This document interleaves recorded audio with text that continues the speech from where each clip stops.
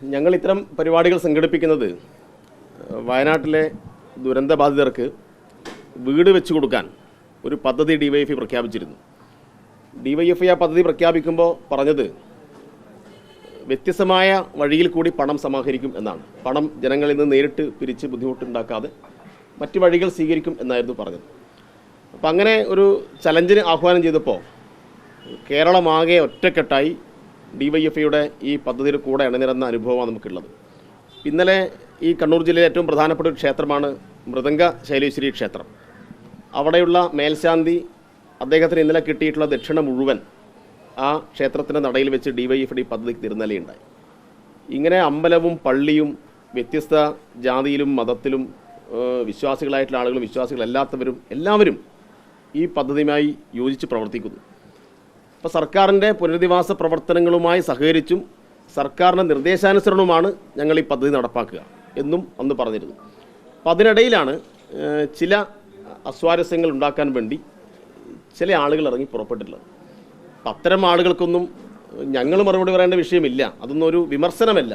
അതൊക്കെ വർഗീയവാദികളുടെ വെറും ജൽപ്പനം മാത്രമാണ്. അതുകൊണ്ടാണ് ഞങ്ങൾ അങ്ങോട്ട് വന്ന് മറുപടി പറയാതിരുന്നത്. ഇവിടെ ഇപ്പോൾ നിങ്ങൾ ചോദിച്ചുകൊണ്ട് പറയുകയാണ്. ഇപ്പോൾ യഥാർത്ഥത്തിൽ എന്താണ് ഇവിടെ കേരളത്തിൽ? ഇവിടെ നേരത്തെ ബീഫിൻ്റെ പേരിൽ സംഘർഷം ഉണ്ടാക്കാൻ വേണ്ടി നോക്കി രാജ്യത്താകെ.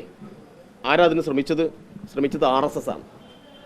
അപ്പോൾ RSSൻ്റെ മറു ശബ്ദമായിട്ട് ഇപ്പോൾ ചില കൂടത്തായിമാർ ചില അപശബ്ദങ്ങൾ ഉണ്ടാക്കുന്നു. ഇത് കേരളീയ സമൂഹം തിരിച്ചറിയേണ്ടതുണ്ട്.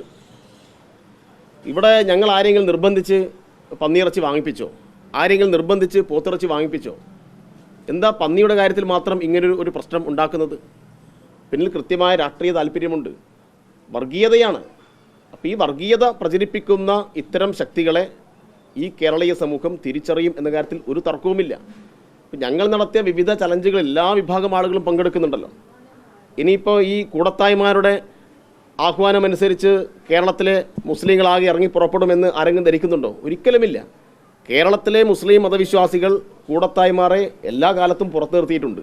കൂടത്തായ്മാരുടെ ആഹ്വാനം അനുസരിച്ചാണെങ്കിൽ പിന്നെ ആശുപത്രിയിൽ പോയി മരുന്ന് വാങ്ങാൻ പറ്റുമോ? കാരുണ്യ ഫാർമസിയിൽ നിന്ന് മെഡിസിൻ വാങ്ങാൻ പറ്റുമോ? വാങ്ങാൻ പറ്റില്ല. സർക്കാർ ജോലിയിൽ പ്രവേശിക്കാൻ പറ്റുമോ? കാരണം സർക്കാരിൻ്റെ ഖജനാവിലേക്ക് ലോട്ടറി വഴി പണം കിട്ടുന്നില്ലേ? സർക്കാരിൻ്റെ ഖജനാവിലേക്ക് മദ്യം വിറ്റ പണമില്ലേ? ഇപ്പോൾ CMDRFിലേക്ക് തന്നെ പന്നിക്കർഷകർ കഴിഞ്ഞ ദിവസം 25 ലക്ഷം കൊടുത്ത വാർത്ത കാണുകയുണ്ടായി. ഇപ്പോൾ CMDRFിൽ നിന്ന് ഇസ്ലാം മതത്തിൽപ്പെട്ട ആളുകളൊന്നും സ്വീകരിക്കുന്നത് എന്നാണോ ഈ വർഗീയവാദികൾ പ്രചരിപ്പിക്കുന്നത്? അപ്പോൾ ഇതൊക്കെ കേരളത്തിൻ്റെ ഒരു മതസൗഹാർദ്ദ അന്തരീക്ഷത്തിൽ വിഷം കലക്കുകയാണ്. ഈ വിഷം കലക്കുന്ന ഇത്തരം വിഷജന്തുക്കളെ കേരളം പ്രതിരോധിക്കേണ്ടതുണ്ട്. അപ്പോൾ ശക്തമായി ഇത്തരം ആളുകളെ തുറന്നു കാട്ടാൻ ആവശ്യമായിട്ടുള്ള പ്രചരണ പ്രവർത്തനങ്ങൾ ഡിവൈഎഫ്ഐ സംഘടിപ്പിക്കും. ഇതുകൊണ്ടൊന്നും ഡിവൈഎഫ്ഐ ഇത്തരം പ്രവർത്തനങ്ങളിൽ പിന്നോട്ട് പോകുന്ന പ്രശ്നമില്ല. ഡിവൈഎഫ്ഐ ഇതൊന്നും കാണിച്ചിട്ട് ഭയപ്പെടുത്താൻ വേണ്ടി നോക്കേണ്ടതുമില്ല. ഞങ്ങൾ ആരെയും നിർബന്ധിച്ചിട്ടില്ല. എല്ലാ മതവിശ്വാസികളെയും ചേർത്ത് നിർത്തിക്കൊണ്ടാണ് ഞങ്ങൾ ഈ പ്രവർത്തനങ്ങളൊക്കെ മുന്നോട്ട് കൊണ്ടുപോകുന്നത്. അതുകൊണ്ട് ഇത്തരം കാര്യങ്ങളെ നിങ്ങൾ മാധ്യമപ്രവർത്തകരും അർഹിക്കുന്ന അവജ്ഞയോടെ തള്ളാനും ഇത്തരം വർഗീയതയെ പ്രതിരോധിക്കാൻ ആവശ്യമായിട്ടുള്ള പ്രചരണത്തിൽ പങ്കാളികളാവാനും മുന്നോട്ട് വരണം എന്നുകൂടിയാണ് ഞങ്ങൾക്ക് പറയാനുള്ളത്. അല്ല, അത് മതവിശ്വാസികളെ സംബന്ധിച്ചിടത്തോളം അങ്ങനെ പറഞ്ഞിട്ടില്ല. അത് ഇയാൾ വർഗീയതവാദിയാണ്. വർഗീയവാദികൾ എപ്പോഴും ഇങ്ങനെയാണല്ലോ പറയുക. ഇപ്പോൾ ഗോഡ്സെയും അങ്ങനെ തന്നെയാണല്ലോ പറഞ്ഞത്. ഇപ്പോൾ ഗാന്ധിയെ കൊല്ലാനും അവർ പറഞ്ഞ വാദം അതായിരുന്നു.